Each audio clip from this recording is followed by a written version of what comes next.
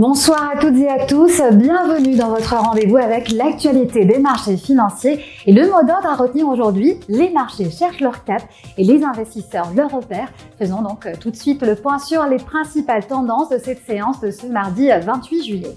À Casablanca, la séance s'est refermée en territoire négatif. Le MASI abandonne 0,42% et clôture à 17 800 points, tandis que le MASI 20, baromètre des 20 valeurs les plus liquides de la cote, a limité son repli à 0,15%.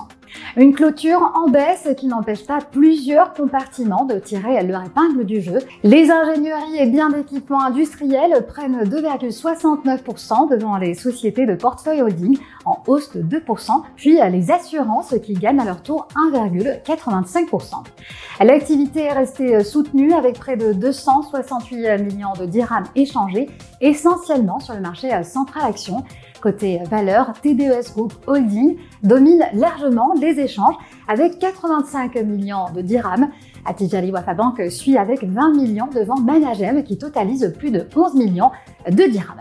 Et puis au terme de cette séance, la capitalisation boursière ressort à plus de 1028 milliards de dirhams. À l'international, cette fois-ci, un autre moteur dicte la tendance des grandes places financières, l'intelligence artificielle.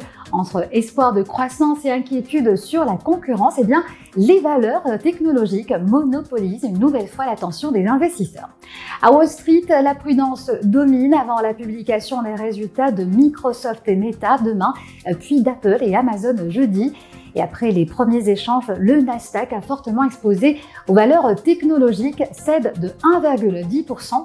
Le S&P 500 recule de 0,21%, tandis que le Dow Jones américain tire son épingle du jeu avec une progression de 0,67%. En Europe, les grandes places évoluent sans véritable impulsion. Ce mardi, Paris a avancé de 0,54%, Londres a gagné 0,91% et Francfort a progressé légèrement de 0,11%, alors que Milan a reculé de 0,70%. Le mouvement vendeur est en revanche beaucoup plus marqué en Asie, où un véritable vent de panique souffle sur les fabricants des semi-conducteurs.